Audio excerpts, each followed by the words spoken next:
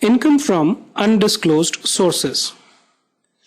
Let us first understand what this means, and then probably I'll be explaining to you each of these sections. Let us say there is an assessee, who earns 1 crore rupee in a given year, right? Now he knows that if he goes and tells the income tax department that I have earned this entire money, they are going to ask him for huge taxes. So what he does is that instead of doing this, going and telling this entire amount, what he does is he says, I have earned only 50 lakh, and balance 50 lakh through cash or some other means he makes some kind of an investment, right? Or let's say, for example, this 50 lakh which he does not disclose in this year, he carries it forward in the next year and then shows it as some past kind of a credit of a capital nature, right? Or some other form, Now, when the tax guy comes in, let's say this is the tax guy. When he comes in, he scrutinizes the books of this assessee, right? He notices there is some kind of a credit in the books of accounts, and he asks this assessee, what is this? This person, assessee, is unable to answer, or gives roundabout answers. Similarly, this guy notices that there is some investment also which is done by this person, but again, he is not able to offer any kind of an explanation. Then in that case, the law provides that if the assessee is not able to offer an explanation, or he tells something which the tax officer does not believe, then in that case, this income is going to be taxed in the hands of the assessee. Let us now see the legal position and how does it fare in each of the cases. The first one is cash credit, which is dealt with in section 68. Sum credited in the books of accounts of an assessee for previous year for which, so let's say there's an assessee,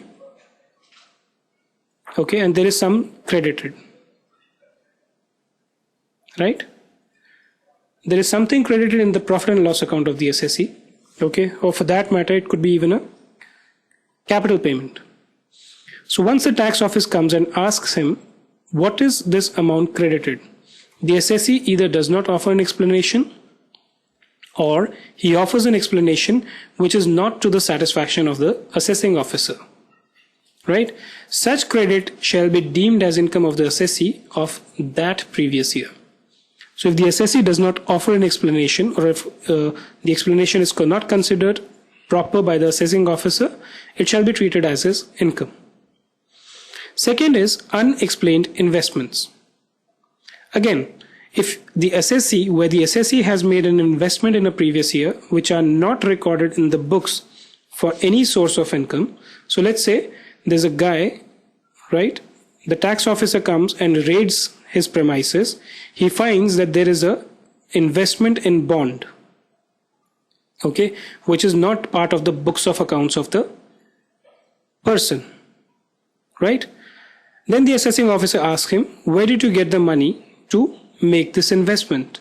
And this guy is unable to offer an explanation or says something which is round and the assessing officer does not believe him. So where the assessee has made an investment not recorded and he does not offer an explanation about the nature and source of investment, or offers an explanation which is not to the satisfaction of the AO, value of such investment shall be deemed as income of the assessee of such financial year. So the value of the investment is what we are talking about in this case. That will be treated as his income. The next one is unexplained money, etc.